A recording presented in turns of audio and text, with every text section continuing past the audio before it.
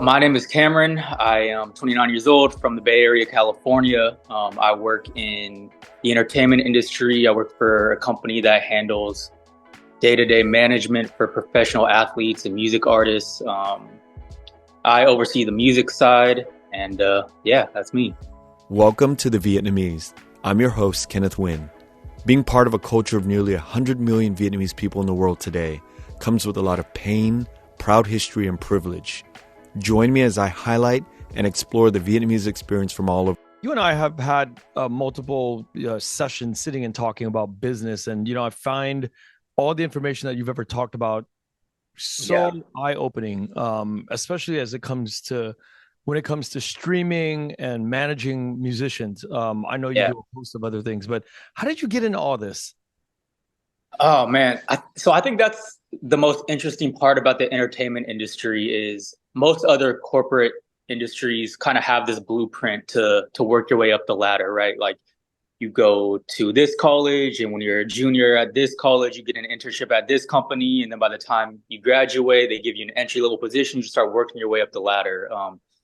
In entertainment, it's so odd because the SVP of this record label might only have a GED, and the SVP of this label might, be an MD in his past life, or might be a JD. And so I've noticed that everybody's path to success is a little different. Mine started in Santa Barbara, where I went to City College, transferred to Arizona State when I was 19 or 20. And in my first semester at Arizona State, I was working with a group called Kalen and Miles that did pop music. And I met them just we're from the same area growing up. But there became an opportunity when I was 20 years old to work on a more permanent basis with them. And when I was in Arizona, we signed to a major record label. Universal Republic was a label. And that budget just allowed for me to be full-time doing creative. At that moment, I was really focused on the creative side. I really enjoyed the content side of it. So I was focusing on social media and music videos and just content from a consumer perspective. That was fairly short-lived. We got dropped from the label after the first album didn't do incredibly. From that point, I met somebody named Eric Bellinger, and I was doing the same thing for him. I was helping him roll out his project from a content standpoint. And after his second project I did that for, his manager at the time, who was now my business partner, reached out to me. I think I was 21 or 22. And he just brought me to the side and he's like, hey, man, like, I think you have a better understanding of this business than a lot of other people in your shoes. I think that I don't have the bandwidth to take on any more artists. And I've been waiting to find somebody I can partner with.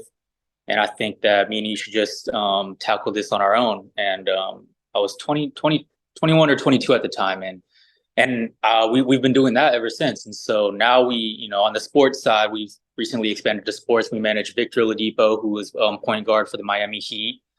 On the music side, obviously, Eric Bellinger, rappers like Joe Moses. We just signed a girl named Joy Chavez a couple weeks ago. Ye Ali, who's an R&B singer from the Midwest.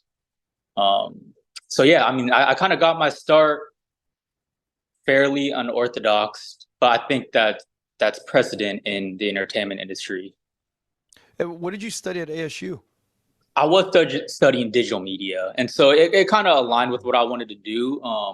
The other thing that's just so tough is I had this conversation with a family friend the other day who was in school for graphic design.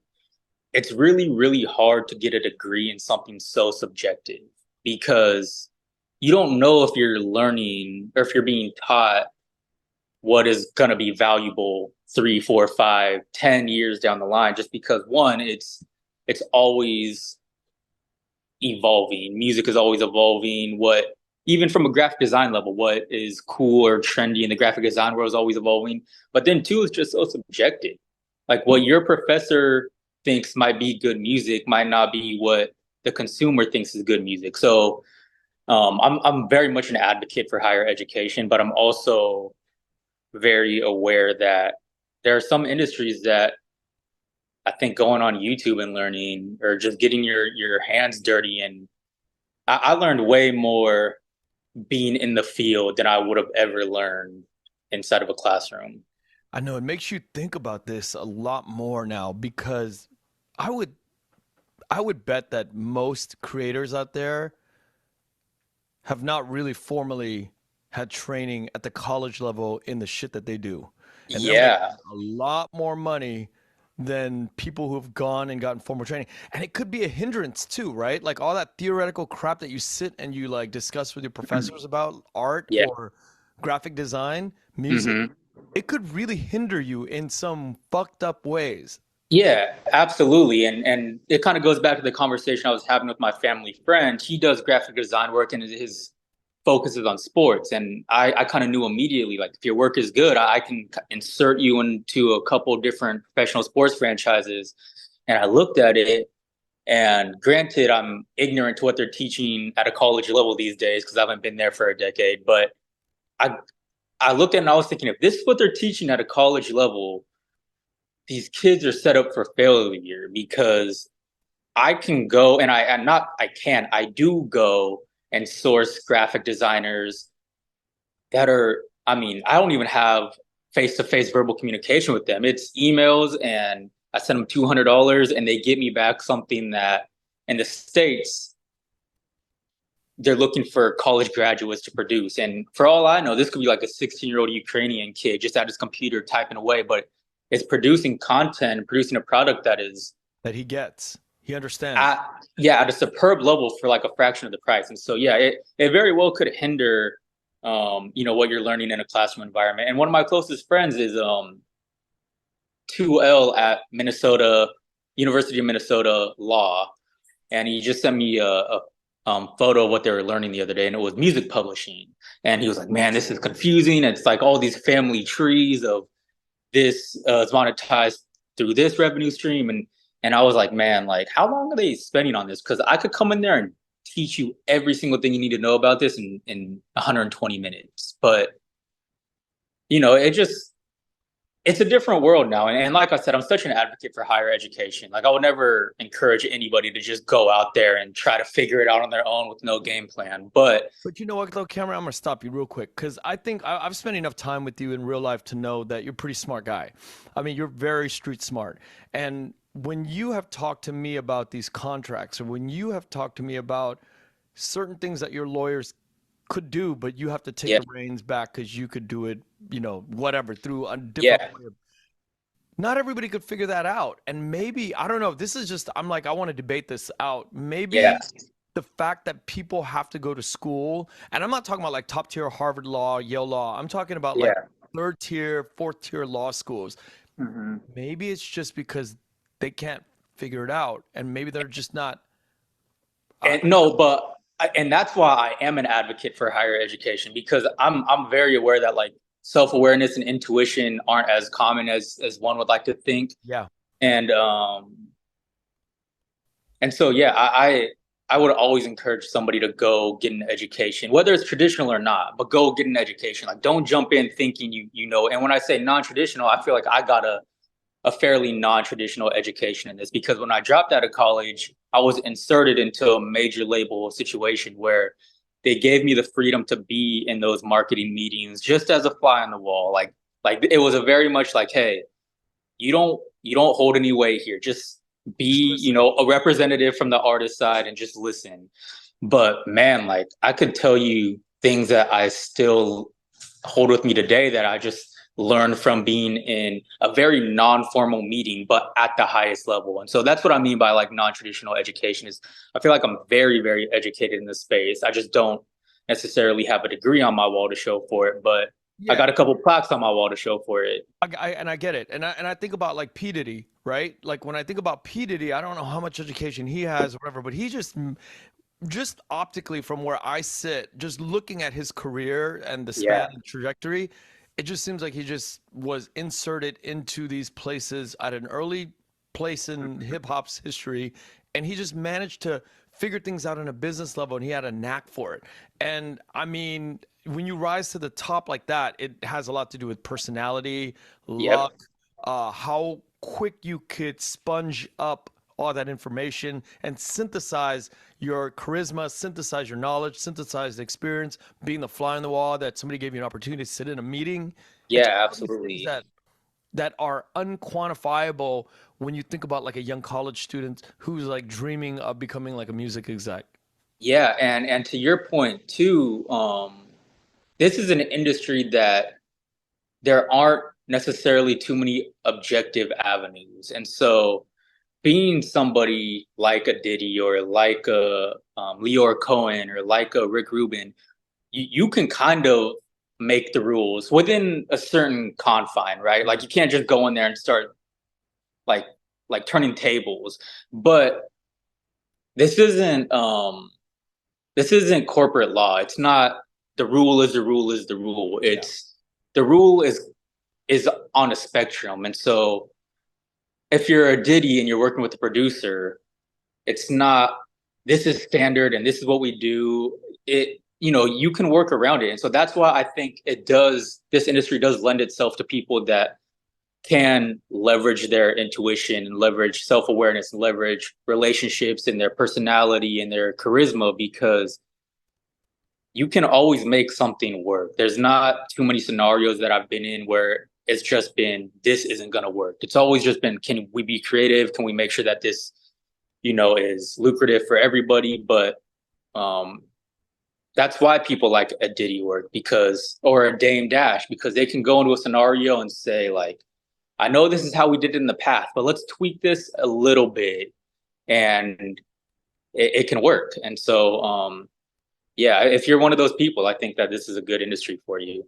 How much time do you spend studying the guys like Ruben or Dame Dash and all these guys who like broke the mold like when they were Yeah. coming out? I admittedly not a ton anymore, but when I was younger, man, like I've always had a respect for people that can leave their imprint on music without using their voice, without like being on a song, right? And so Diddy obviously is an artist, but for the most part, he's an executive. Lior is an executive. Rick Rubin is an executive. Like those guys, I really appreciate the way they think and they they changed music. Like Dame Dash changed music, Birdman changed music, and they all did it from behind a desk. And that I think is really admirable because it takes a village to make a number one song. There's very few hit records that are just artists by themselves in a room or artist producer in a room. It takes a village all the way down to creative, all the way down to PR, down to legal, graphic design. Like I keep like referring past conversations I have with like younger kids, but somebody was asking like, well, just put a song out. And when you're at this level, putting a song out means booking a studio, that's $1,000 a day, booking the engineer to record you, bringing in a pack of beats, having a writer there, tracking the record. Hopefully it's a good record. This is all assuming that we like the song. There's more often than not, you leave the studio and you don't even like the song. But assuming we like the song, then it's okay. Then we're on to mixing and mastering. That's going to be 3, 4, 10 passes before we find something we like. Then it's conceptualized graphic design. We got to figure out the artwork. Is this a single? Is this not a single? If it's a single, we probably need a music video. Now I got to go contact a production agency and get a couple treatments and run those by the artist and see if any of those connect. Then we go down to legal. Who wrote the song? There's going to be more than one writer because there always is. Who produced the song? There's always going to be more than one producer because there always is. How do we want to do the splits? How do we want to do the royalty? How do we want to do the producer advance? Wait, hold up. Hopefully, So yeah. wait, you guys are making tracks and completing them entirely before you get into the legal side?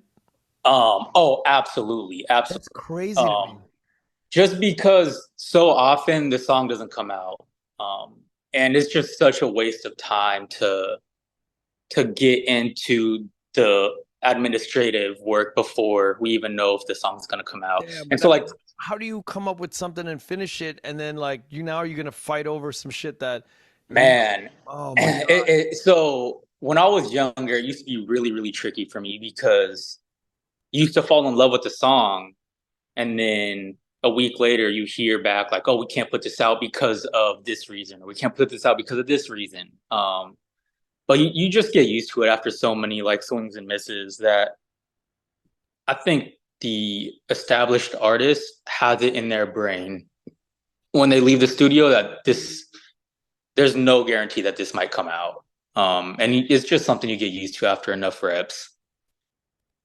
Wow. So you come out of the studio, it's all completed, and then you have Hmm. to sit back down. So it's more of a hierarchy game at this point, right? Like the biggest man with sitting on the highest position is the one who says, like I'm dictating what the splits are. I'm dictating where the credits roll. Yeah, and so yeah, and that kind of goes back to like the rules that are not necessarily the rules. And so on the publishing side, what's standard is the music is 50% and the writing is 50%. But sometimes you got to bend those rules. And so the producer is entitled to their 50% of the publishing, or producers are entitled to their 50% of the publishing. And then what's standard is 3%, 3 points on the royalty side. But sometimes you might have to mess with that a little bit and say, hey, like, I have too many writers on the writing side and they can't split 50% between 12 of them. Can you give me some of the pub and I'll compensate you on the royalty side? Or the opposite. How about I give you more pub and less royalty? Or how about I give you a bigger upfront advance and less of, you can kind of mess with it however you want. And of course it's up to the discretion of the producer whether or not they want to accept those terms. But there's typically always some sort of middle ground you can find to make everybody maybe not happy but not mad. Shit.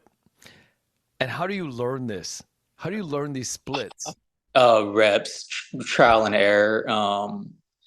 We've probably put out over 1,000 songs, and you got to do this for every song. And sometimes it's really easy. Sometimes it's everybody is in agreement with what happened that day in the studio, and it just gets done. And then sometimes this producer just has a number one hit that came out in the last month, and now he has these big lawyers and a new manager and three other producers under him that also worked on the beat, and there's a sample on the beat, and now that sample is from an artist that also had seven producers in the studio when they made that, and then it can get ugly, for sure.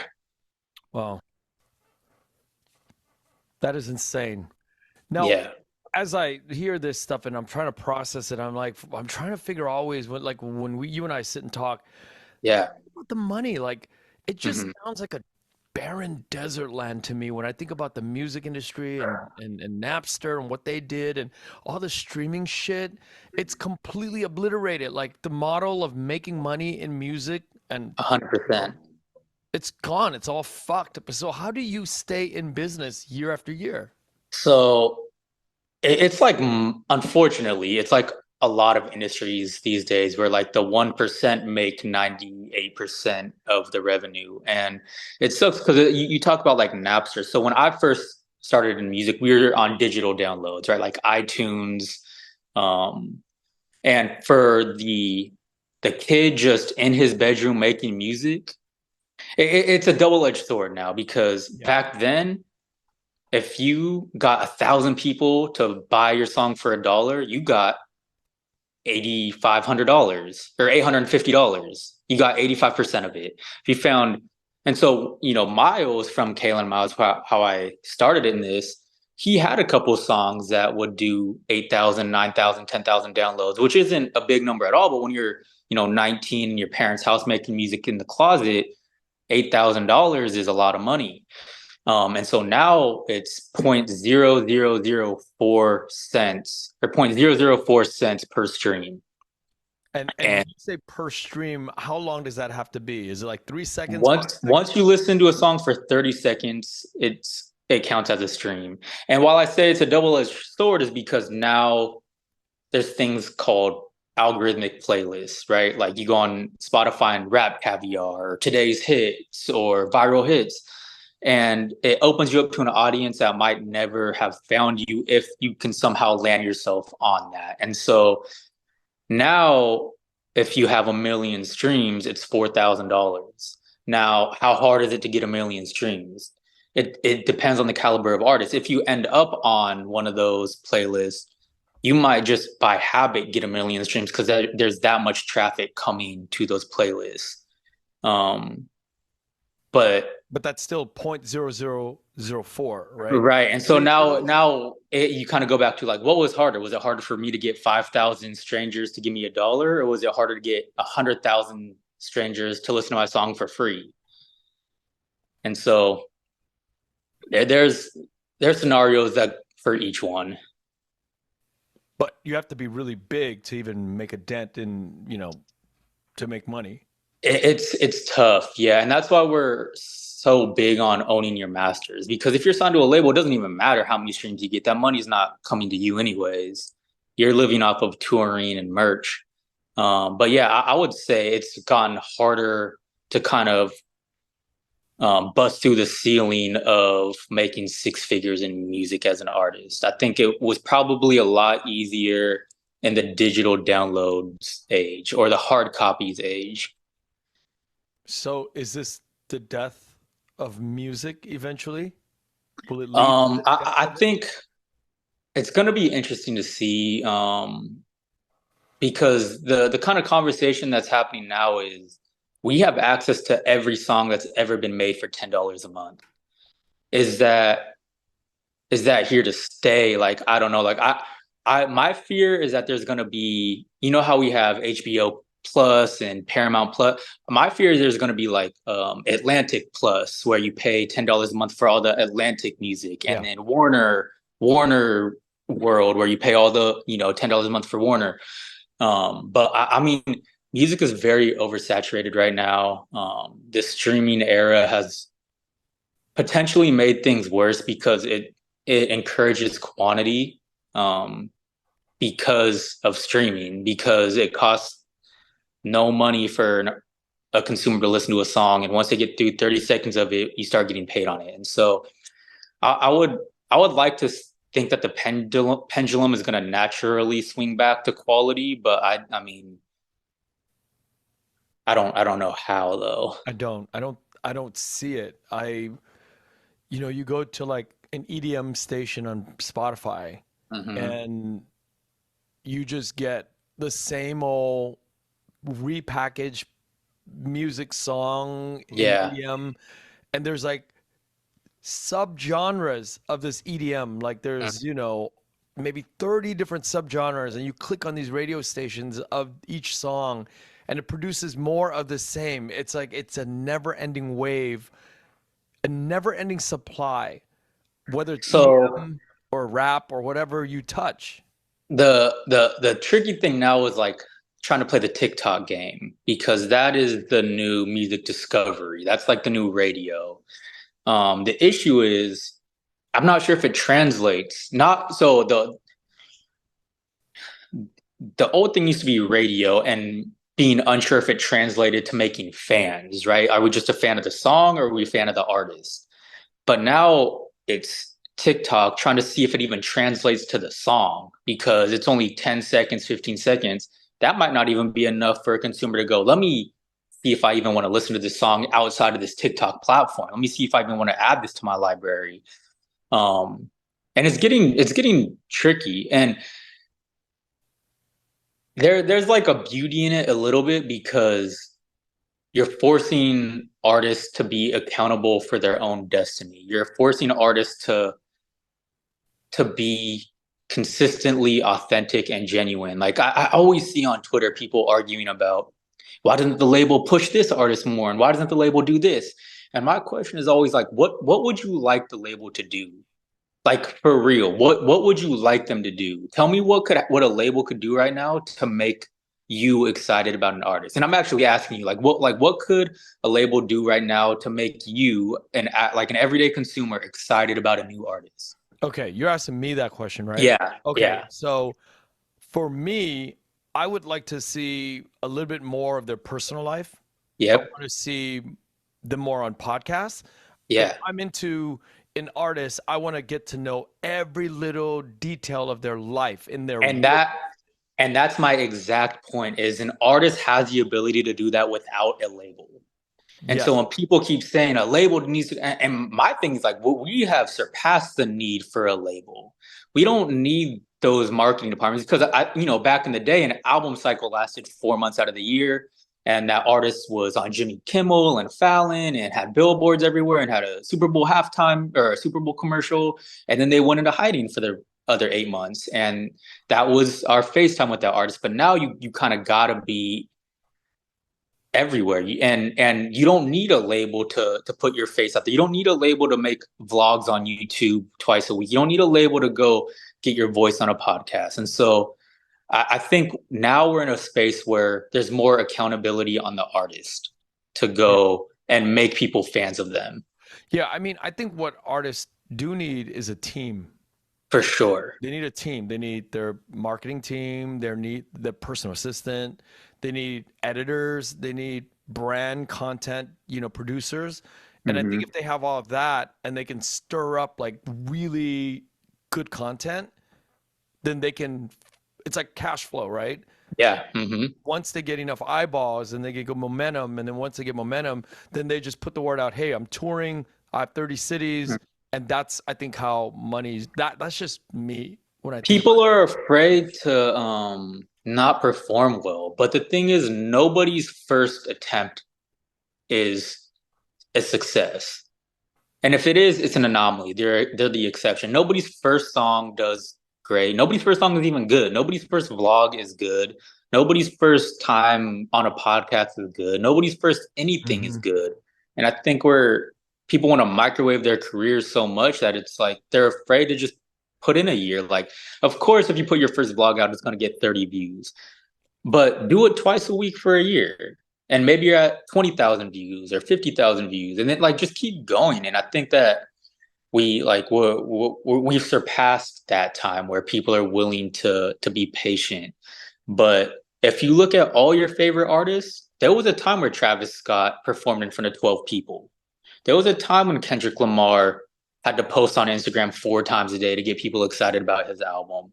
They don't do it anymore, and now that's all we see. And so people think that's synonymous to their career. Oh, well, Kendrick Lamar doesn't have to post on Instagram, so I don't have to post on Instagram. No, Kendrick Lamar doesn't have to post on Instagram today because he's Kendrick Lamar, but he did have to post on Instagram before he was Kendrick Lamar.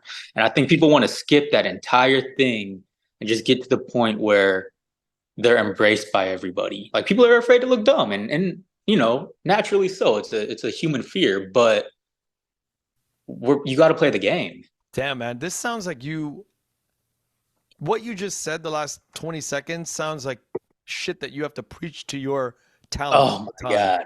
Yeah, It for sounds like sure. that. It sounds like you have to like explain the shit.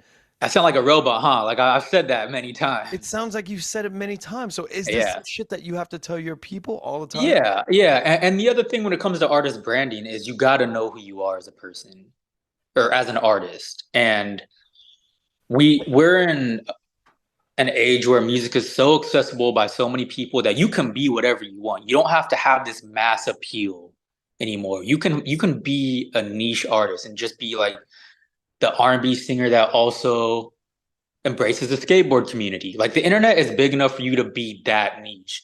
But whatever you choose, you got to live and die and stand on that and really get those people involved with you and figure out how, if you're the skateboard guy, figure out where skateboarders discover new music and figure out, what they're into and what their lifestyle looks like and be that person. I think the biggest mistake an artist can make is try to please everybody because then you end up pleasing nobody. Yeah. Like So I got this crazy question. This thought is, if you could sit down with above average talent, right? Like an yeah, above average musician, and that person was willing to subscribe to your game plan, right? To the yeah, T. hmm Do you have confidence to say I can make you a lot of money? yeah, Or I is it do. or is it more than just listening to your manager, No, I trust you? mean, of course, the bulk of the work still relies on the artist. Like you still gotta be somebody that people like, right? Like you could do all this stuff and be accessible to everybody and engage with fans, but if they don't like you, they just don't like you. And the harsh reality is some people just don't want to hear music from you, right? Like there was a time where I was in the studio for a little bit with that girl named Bad Baby, who was the Dr. Phil Cash Me Outside Yeah. girl, right? She had a song called Bestie. I think it went gold, but it was a smash. And if it was anybody but her, it would have been double platinum, triple Oh platinum. shit, because people But hate her. it's like we don't, and not even we. I thought the song was hard, and I thought she was like, a cool girl. But sometimes people just don't want to hear music from you, and that, I mean, that's a tough reality. But like, Chanel West Coast from Rob Dyrdek's show makes music, and you could maybe argue that she has a tougher hill to climb than the artist starting at zero because you got to convince everybody that knows you from something that's not music, kind of like this novelty parody show, that you're a serious artist. And sometimes that's a harder sell than just popping up as just a new kid out of nowhere starting at the bottom. Man, this is a great topic because I mean, God, I wanted to talk about the whole Bad Baby thing too, but we'll get Yeah. what's the name again? Chanel West Coast. No, her before the artist before Oh, Bad Dr. Phil. Baby. Yeah. Bad Baby. Yeah. We got Yeah. to get back to that Bad Baby because that's so important. But Yeah. I have a theory on the Hannah Montana's Miley Cyrus flipping that whole image. I have a real big theory about this shit. Okay. Because when you go from Disney and you are like an 11-year-old like Hannah Montana and you have this like pure thing, it Hmm. always seems like the industry, when you hit 18, they do some crazy shit, like this initiation in the public eye to flip you as a woman. They flip Yeah. they don't want you to think anymore of Hannah Montana as this little girl anymore. So Yeah. they blanch your they find a way to sexualize the female singers and they just flip a Yeah. 180 and then all of a sudden you're like, oh shit, I see Britney Spears as a totally, that's no more Mouseketeer. Right. That's Britney Spears. And then I think it just fucks these kids up and they become like, I think Justin Timberlake, all of them go through this sort of Hmm. whatever made up scandal to make your brain, the public, Yeah. jump out of this like, oh wait, we're now sexualizing this artist. And that's Yeah. how they get him to buy into like the new character versus the old that you're talking about. So I don't have a ton of experience on that side of the thing, but I can see it, and I think especially for the kids, I think we're starting to learn how much predatory behavior is Yeah. involved. Like especially Dan Snyder over at Nickelodeon, like he has I don't know if accusations are the right word, but there's like this lengthy history of him behaving a certain way. And it's actually on camera, like certain things he was implementing that we just didn't catch because it was a different time and we were younger. But yeah, I mean, when it comes to like the Miley Cyruses, or you kind of see it fall off the rails. And now she's at the age where she's able to like kind of grasp it all back and be like, no, like I'm not gonna play that game anymore. I can do what I want to do. But yeah, I mean, I do recall like the post Hannah Montana years where it got weird and it got like really like unidentifiable for a little bit. And yeah, I mean, I don't know what goes on with like minor entertainers, especially like on the Disney Nickelodeon side, but it has to be something because there's way too many examples of it going south. It it is mind blowing when you start to analyze the landscape, right? And that's why Yeah. I get terrified of bringing my daughter into like a lot of people are like, oh, you should get her into the business, and I'm like, I don't know, man. That shit can destroy and derail you for life. You know, when you Yeah. don't come from a strong mindset, and I think it's very Yeah. individualistic depending on the kid. Well, yeah, and two, I think probably a lot of it are these kids not necessarily wanting to go and do it, but their parents wanting them to go and do it, and maybe living vicariously through their kids. And that's how it ends up this way. Like just even yesterday, there were some text messages that came out from one of R. Kelly's victims. It was R. Kelly's victim talking to her mom, and she was 16 at the time, and her mom was saying, entice him, sit on his lap. And it's like, Shit. man, like that is just as much the parents' fault as it is R. Kelly's She fault. should go to jail. Like the mom should go to jail for that shit. Absolutely. But I think that's how a lot of kids end up in those scenarios where their parents aren't necessarily as cautious as they should be, and they just say like, "Oh, she's gonna be on TV and she's gonna be a star. Like, take her. Do what you got to do." That's my guess. Like I said, I'm not in that world, but I mean, I feel like just using like deductive reasoning that some iteration of that is probably happening. Yeah. No, let's go back to this Bad Baby. Like Yeah. I really am interested in the optics of that because when you Yeah. look at the Dr. Phil thing, it's like "Cash Me Outside," all this Yeah. Yeah. catchphrases, and she's such a royal bitch to her mother and to Dr. Phil. But is she really that way in reality? No, no, Is that no. all an act? I was in the studio with them for like about a month. We were managing someone that helped on the writing side. Um, it was her mother, and then she had a security guard, and those three were tight knit. Like the mother daughter relationship, they yelled at each other. But what teenage daughter and their mother don't, especially from Florida, right? Like that, it never felt to me. It felt like they were being exploited, and this is like unrelated, but I feel like Dr. Phil made a career off of exploitation either Mhm. way. But yeah, with her, like I never. She was just, I think she was 14 or 15. She just felt like a little girl. She just felt like a teenage girl that like just learned bad words for the first time and just started acting out. It was just like, oh yeah, this is a teenager. This is Wow. what teenagers do. And she had an incredible manager at the time that has been able to make her a boatload of money. That Yeah. trajectory, man. And She shouldn't have like she should not be rich, but she is rich now, and it's because you know the optics of it are messy. But if you like take a step closer in, they were pretty on top of their stuff. yeah, I can't imagine her being or her team being sloppy. It's You can be. You can't don't make $50 million by being by sloppy. being sloppy. Yeah, because when I look at it from and for the audience who are not familiar with this person, this is the young girl who really had a foul mouth on Dr. Phil. Came on with her show, and a few years later, she got in the music game. Somehow, kind of like changed her trajectory of being this sort of delinquent, junior delinquent, and became this musician artist person. And Yeah. made a bunch of money from. I mean, and did she tour? I mean, how did she? Yeah, she toured. I remember in the midst of it, she got $1 million like cosmetology deal, like some cosmetics company gave her $1 million. Like I said, she has a gold record. That's more than a lot of artists can say. That's crazy.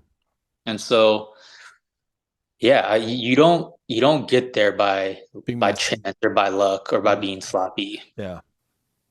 What do you think her team did right?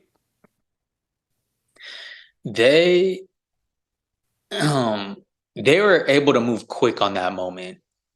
That those moments don't last very long. And when I say move quick, it's not give them one piece of content. Like she was everywhere for a little bit. Yeah. She was doing anything she had to do to stay relevant. And I don't mean that as an insult at all. Like that is such an important part for an artist in between album cycles is staying relevant, staying connected with fans. And then we're also in a place now where if five people hate you, five people are gonna love you too, right? Like just by nature of like division Numbers. right now. And so if you're somebody that liberals hate because you're too mouthy, the conservatives are gonna take you in just out of precedent, like just out of principle, because our enemies don't like you, we'll take you in. And I think that kind of works for everybody. Like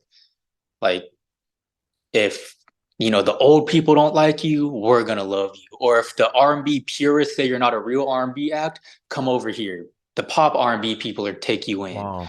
And I think and that goes for everything. Like it's politics, sports, music. That it's like the rule of three. I think is what they call it. Or the rule of 10. It's like three people are gonna like you, three people are gonna hate you, and four people are just gonna be indifferent about it.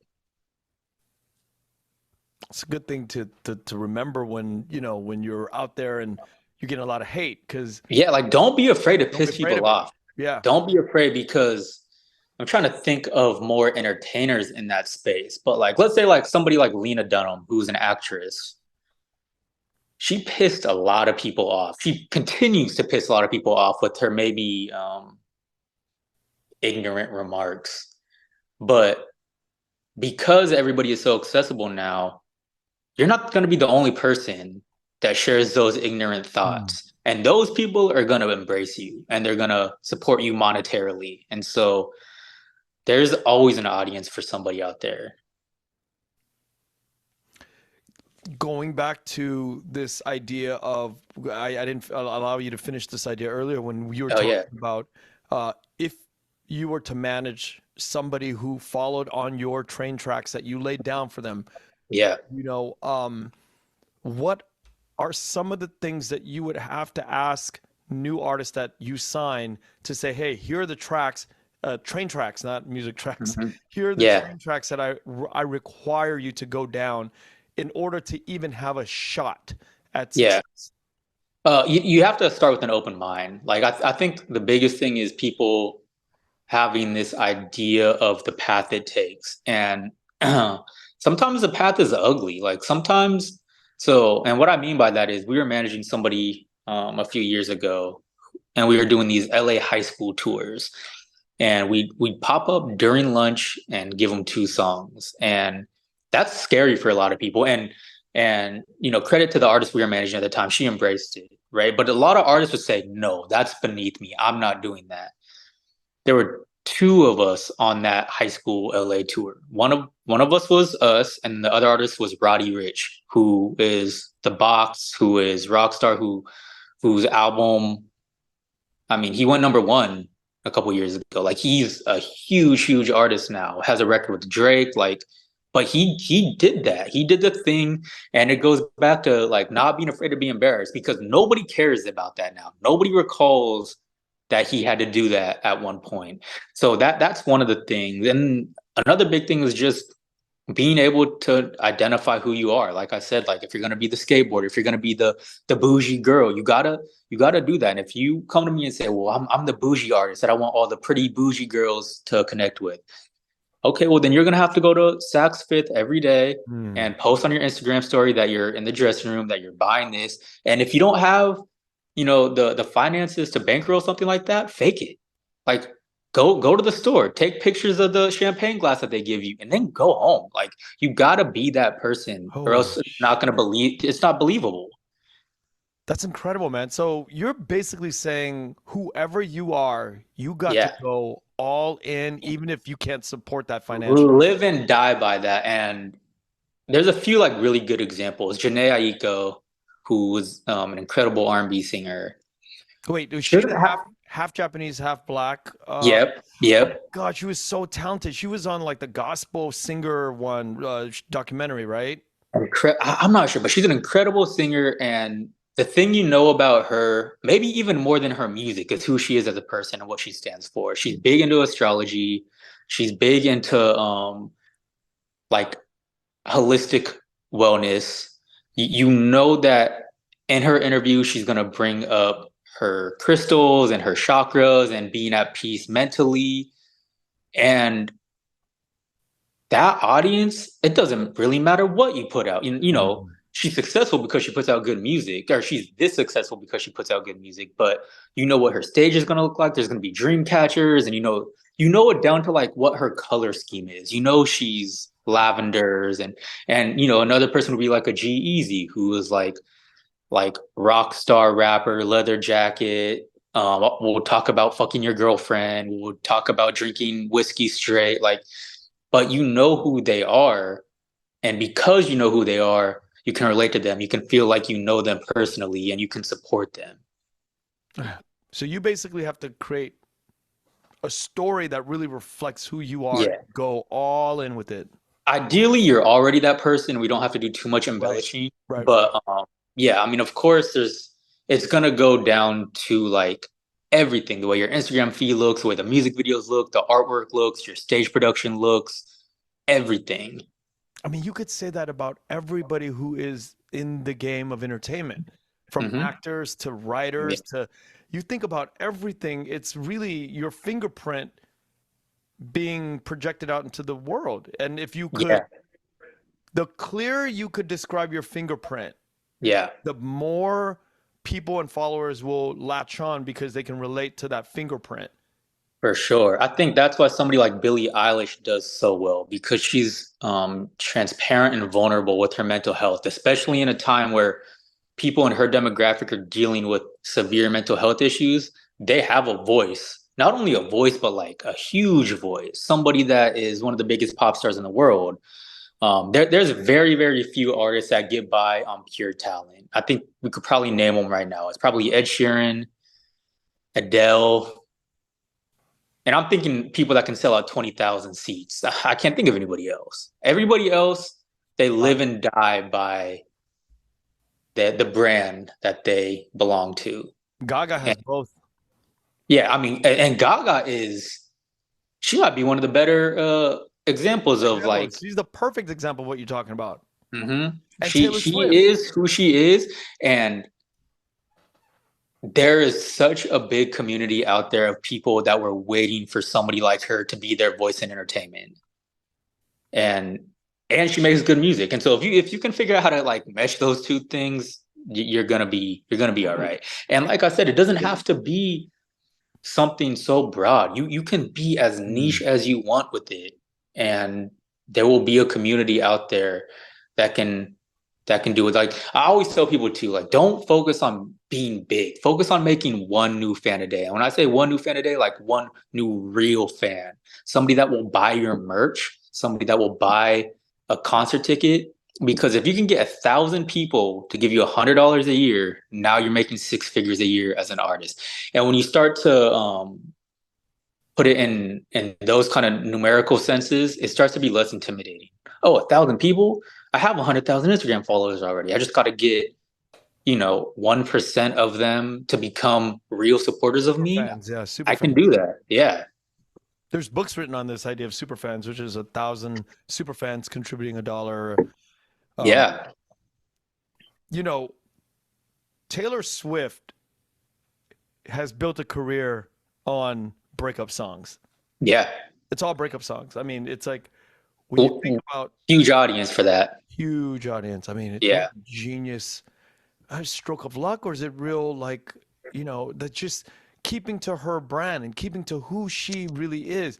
And she was saying on an interview on NPR one time, she was like, one of the things that I fear most is if I find happiness because that all goes away. yeah, yeah. I mean that's really fair. She was also blessed favorably with a guy named Max Martin on her first album, who is inarguably the biggest songwriter of all time. I'm talking about like Producer.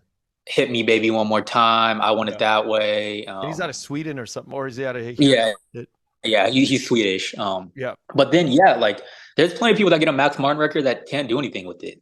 And she was able to, yeah, be that person, be the voice of young girls that are heartbroken right now. And she ran with it. And now she's, probably a top five pop star, maybe ever, top 10 pop star ever. Dude, the crazy thing is this. It's not just young women who are getting heartbroken who love Taylor Swift. I Yeah. know Asian brothers in Yeah. my generation. I'm one of them. Oh shit. Yeah. I'm here. That's crazy. I have not one or two of these friends. I have many Yeah. of these friends that are guys that are like, when you look at them, you're like, there's no way. But, they'll go out and buy 6 tickets and they're sitting by the computer and then, or they're literally like, they wear the shirt. And there's Yeah. like masculine guys. But you're Hmm. right. It goes back to that branding thing. That goes Hmm. back to it. It's like, you know who you are, you put it and you project it strongly out there. Yeah. I think a big mistake people can make is getting away from that right when it's starting to work, right? Like Mhm. if if you're on the cusp of being the guy that is the voice for heartbroken males, don't all of a sudden be the sexy, like I'm too cool for school, Mhm. I'm a womanizer guy.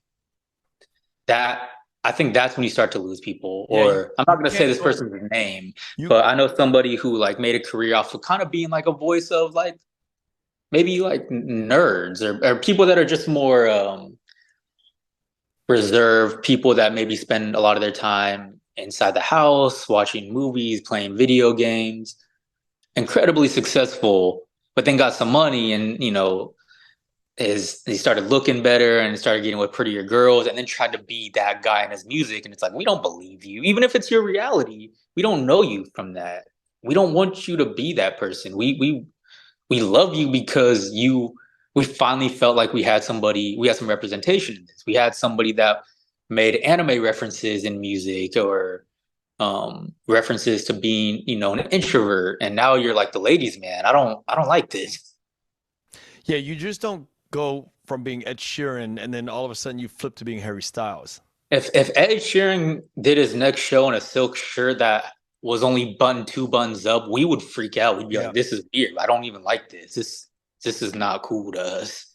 And likewise, you don't go to Harry Styles to see an Ed Sheeran either. Yeah, and if Harry Styles came out and wore the weird like the thick frame glasses and then did like a monologue about how girls don't like him, we'd be like, "We don't believe you." Like, and it makes me wonder, like in the 80s when you had like the Whitney Houstons or the Michael mhm. Jacksons, I mean, they wasn't a cult of personality that we were really into the technical Yeah, music I of Quincy Jones producing for Michael Jackson or for Whitney Houston, and we didn't really have to think much about yeah. cult of personality that we do today. I think the barrier to entry was so much different, right? Like even from the ground level, because back then, a high school kid can make music with $500, can go buy a little cheap studio, set it up in his room for $500.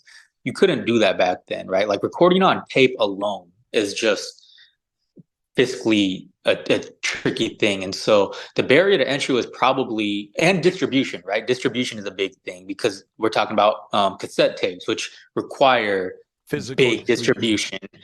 And so the barrier to entry was most likely like some big execs really having to find actual talent that they were confident could sell well because now you don't have the luxury of being like, yeah, let's just sink 50,000 into this kid and see if it works. And if it doesn't, Taylor Swift will recoup our losses. Now that's you can do that. You can sign 500 acts a year. And if 8% of them are profitable, you can kind of consider that a net win because you don't have to sink a lot of money into these kids anymore. Back then, it's like, no, you got to give Whitney $1 million advance. It's going to cost $1 million to make the album, so it's got to work. And so it's a different time. Different time. So interesting how things are going, whether it's in Yeah. the film game or the music game.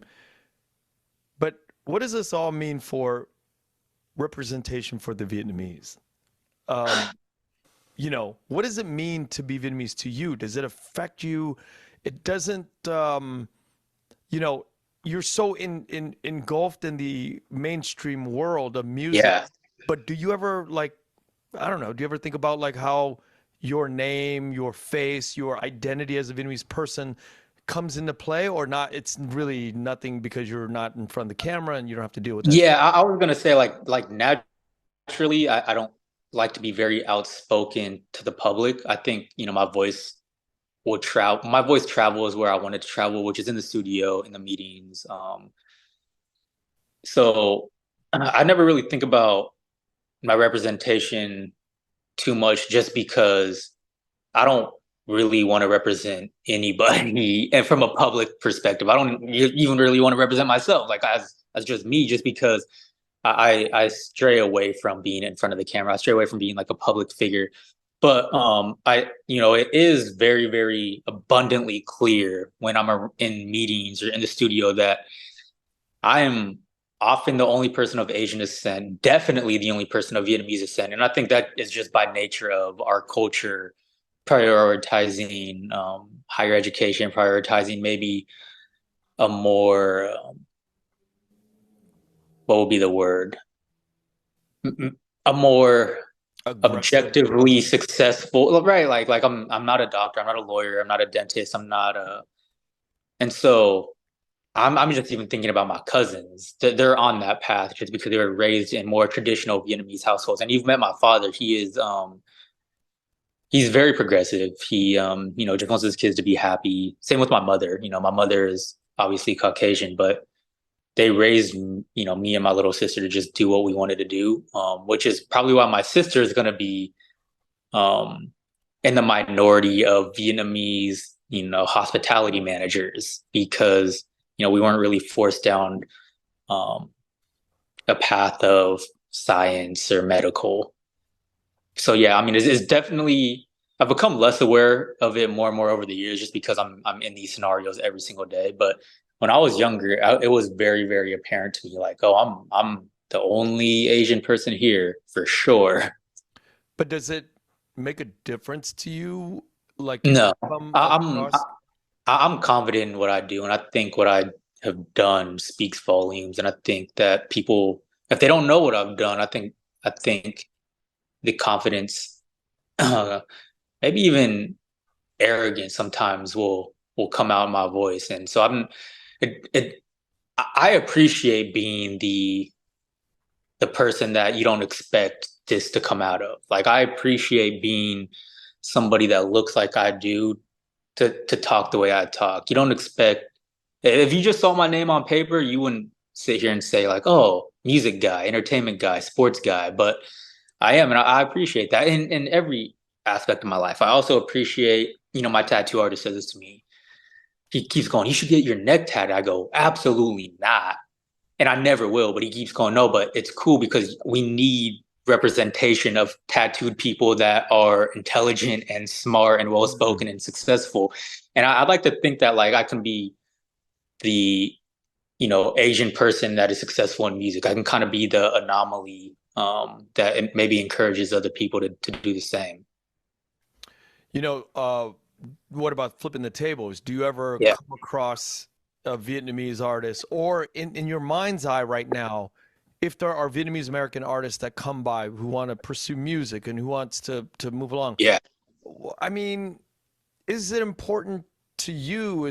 Should it be important to the community, the Vietnamese diaspora, to say, you know what, we got to put extra energy behind promoting our own? Or do you believe in the, hey, if you grind and if you have the merit, you're going to get to where you need? It's a meritocracy. I think that there's a world where both can exist. I think so we went out what was it, Saturday night, to a Vietnamese comedy show. And for the first time in my life I realized how supportive that community is, right? Because it was what was it, five or six comedians. Four of them were not funny, but four of them were being supported just because they're from this community that is so supportive. And it really made me think like, and I guess this kind of goes back to the branding thing. Like if you're a Vietnamese artist, you should probably be a Vietnamese artist through and through and through. And I haven't ran into any Vietnamese artists, but there are a few artists of Asian descent that I follow on Instagram, and I do see them, embracing that side, and I do see them getting support from their culture. I got a buddy named Nico who's Filipino. He's a DJ at 92.3 here in LA. And he went on a whole DJ tour of the Philippines this year. And in my head, I'm sitting here thinking, like, a DJ on a tour? That doesn't even sound possible. But it's because he is so appreciated by his culture that it's allowed him to do that. Yeah, like Apple D of the Black Eyed Peas. Same For thing. sure. Dan Vo, he's been on the podcast. I'd like to get you and Dan together on the podcast one of these days. Yeah. He manages Apple D over the Black Eyed Peas. It's the same thing. It's like the culture in the Philippines embraces Apple D because he's Filipino. Yeah. And I think that's one of the things that are so important as a minority or as a person of color is that if you are open to that culture embracing you, your own culture Yeah. embracing you, there's a lot of love that can come from it. For sure. I think just in my later 20s, I've started to understand that I grew up in a primarily Caucasian town. My friend group was really, really diverse. but we didn't really notice it, right? Like when we went to my black friend's house, it didn't feel like we were in my black friend's house. When we went to my Mexican friend's house, it didn't feel like we were in my Mexican friend's house. And so, kind of growing up, I don't know if I really ever felt myself embedded with any culture, but over the last couple of years, I've started to understand it a little more and appreciate it a little more. I and I think it's more important than I realized. Especially like, hanging out with you and my auntie more and seeing because I've never been in a room ever in my life where it was 95% Asian until Saturday. Wow. And it was really cool because I think the few times I have been in like really, really Asian environments, it's always been more catered to higher education. And so it's never been anything I can really connect with. But like on Saturday, we were out hanging out with really cool people that dressed like me and talked like me and took shots with us. And I'm like, oh man, like this was really cool. I've never been in a scenario like this in my life ever. Yeah, and you've been in LA for years. Oh, years. Yeah, I've been here Years. for 9 years. 9 years, almost a decade. And do you know Yeah. that the president at Billboard Entertainment is Vietnamese? Oh, I had no idea. Mike Van. Vietnamese. Yeah, I had no idea. Yeah. There's not a lot of Vietnamese in the music game though, because Yeah, and I just think that goes back to like the generation that raised us, right? Like they, well, there's a lot of Vietnamese in film though. There's oh, a lot. There's so many Vietnamese in so let me ask you a question then. Is the Vietnamese film world more lucrative or does it have a wider audience than maybe the music world? Because I do know Asians love movies. The Vietnamese have their kind of marquee movies. Do they have or do we have marquee artists? That's a great question because I think in music it's much less money. And I think Yeah. in film, there's more jobs, there's more positions. There's And everywhere from writer, director, producer above the line. And then you have all these below, you have camera ops, you got so lighting that's the people. biggest difference. Below the line guys in music don't make any money. Yeah, zero, I can imagine. But There's then no like union for engineers. there's There's no no union. studio. Yeah. Yeah.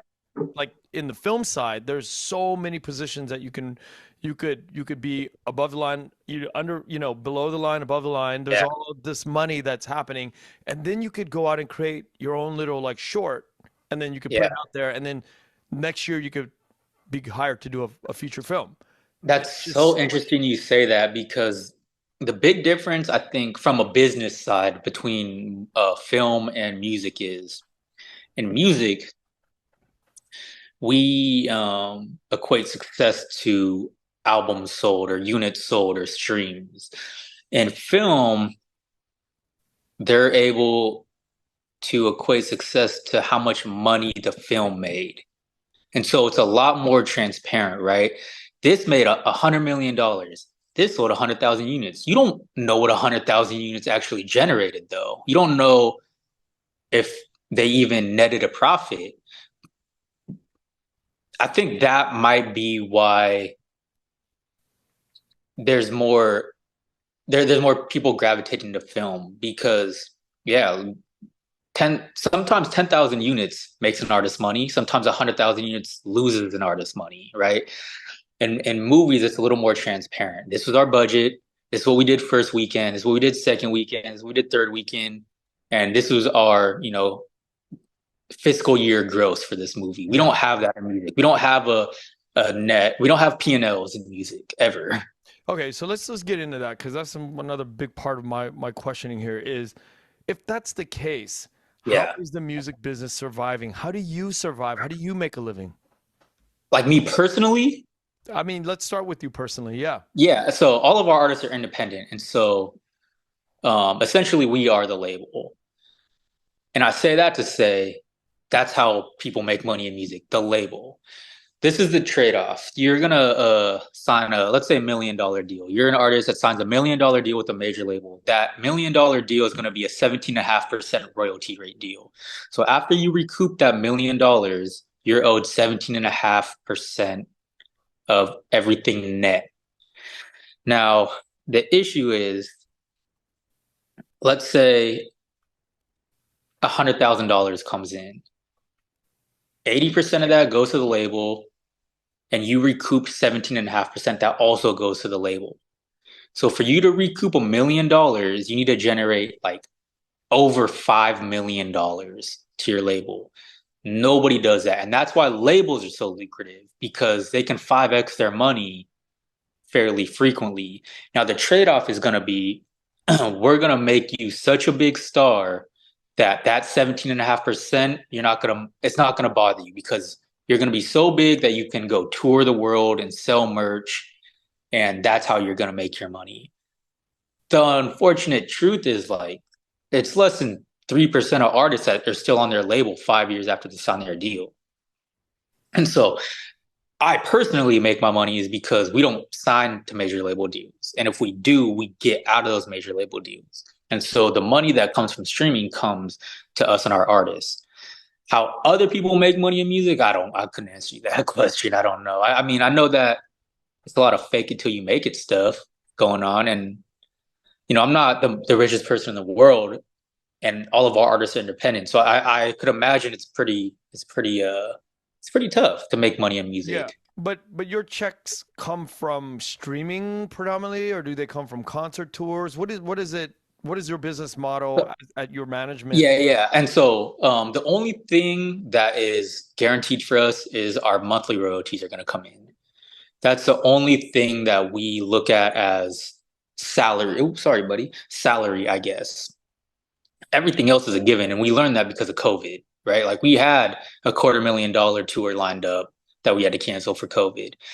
The other thing with touring is there's a ton of overhead in touring. And so Yeah. if you're an artist that can only justify $12,000 a night in guarantees, you're probably breaking even, because those bus drivers are on a union and they get paid.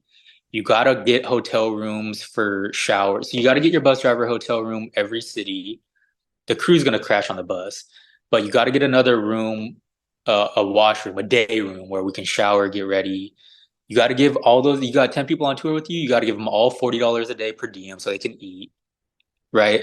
You got to also pay them a salary, because they're sitting there on tour with you, being your DJ, playing your guitar, being your photographer. And so um, you hear a lot of artists say the money's in touring. The money's in touring when you're selling out 5,000 tickets a show. Before that, unless you're like really bare bones, nitty gritty, like you and a DJ out there, it's tough. Merch is tough too, just because you got to have a real fan that wants to be able to like buy a shirt with your name on it. And so yeah, music, like, that's why I said I think that the 1% are making 98% of the money, 95% of the money. But in my mind, it could all be doable. It can all be doable. I mean, no, and I don't want to discourage you, but it is doable. I'm doing it. It's Our doable, artists yeah. are our artists are doing it. Just do it the right way. I don't. And here's what I mean by it can all be doable. It Yeah, sounds like this. If you know yourself, if you yeah. know your brand Hmm. and you go hard in the paint for like, I don't know, 3 to 5 years, and you Yeah. build up a base and you Hmm. you grind it out, you build a base 5 years, 8 years, right? You Yep. catch this following and you somehow get lucky and you can start selling 3,000 tickets per show, then you have Yep. something you can really you sink your teeth in and your time in. Yeah, and not only that, if you're 5 years in, I would like to think your catalog is relatively big by that point. You don't need to stream a million times a song to make some money. If you're 5 years in, I hope you put out two projects a year, 12 songs each, 24 times five. We have over 100 songs in our catalog now. If you can get 2,000 streams a month on each one of those songs, that's $1,000 a month. And I'm not saying you can live off of that, but if you can get 4,000 streams or 8,000 streams, now we're talking about you could pay your rent with this. If you got if you put out two projects a year for 5 years and you're getting 1 million streams over all those songs, which isn't a ton. Now we're talking about 10,000 streams a song. Now you're making more than the average American. It's And just so it's just a numbers game, like a long tail. 100% a numbers You game. just got And to stay at it. stay at it. Like, build your catalog. Don't, and this is the other thing about building your catalog. Let's say your first 40 songs do nothing. They all got 300 streams. And then you catch one. You finally catch one that does 10 million streams. That back catalog is going to grow with it because now you have this whole new audience that goes, oh, I like this song. Let me figure out what happened here. I think the best example of that is a kid named Russ, who hasn't really had a hit when you talk about Billboard. I don't think he's ever charted top 40, or if he has, he hasn't really cracked top 20. But he'll tell you, like, I have songs that are gold now that went gold today that I put out in 2015, just because people that are discovering my music today are going all the way back to the beginning of my catalog and realizing that I've been making good music this whole time. It just hasn't connected until now. And so, and that's why I say, like, you can't, nobody's first thing is going to be incredible. Nobody's first thing is going to hit for you. But if you keep going, and it's like anything, like, you think LeBron James was dunking the ball when he was Yeah. 7? Of course not. Like, you think Apple was Steve Jobs' first idea? No, like, of course not. And so just keep going. Like, keep going. You know, I always tell people, like, until you have like real responsibilities, and by that I mean like a family, Yeah. you know, people you got to take care of, like, be selfish. Like that, you know, that's what I'm trying to get better at embracing right now. Like, I'm 29 with no, you know, responsibilities outside of my own well-being. I kind of can be selfish, and now this guy. Malibu. But you know, I can be selfish, and I can, you know, spend how I want to spend, you know, to better my career, and that's what I would encourage anybody to do. Like, if you can be selfish, do it.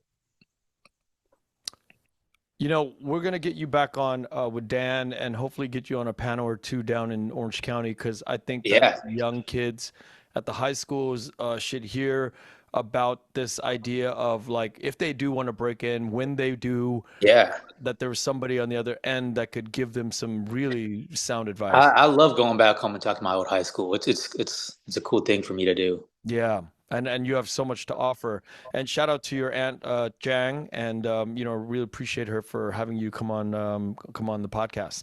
Thank you for having me. Yep. So we'll talk soon. Thanks a lot, Yeah, Cameron. absolutely. Talk soon, man. Thank you for listening to The Vietnamese with Kenneth Nguyen. The Vietnamese is produced by Brittany Tran. Special thanks to Jane Nguyen, Catherine Nguyen, Tina Pham, Sydney Jamie, and Christo Trin. Please find us on Instagram, Facebook, and TikTok at The Vietnamese Podcast. You can also find us on YouTube, where you can subscribe, like, and comment. Please rate and give us a review wherever you find our podcasts.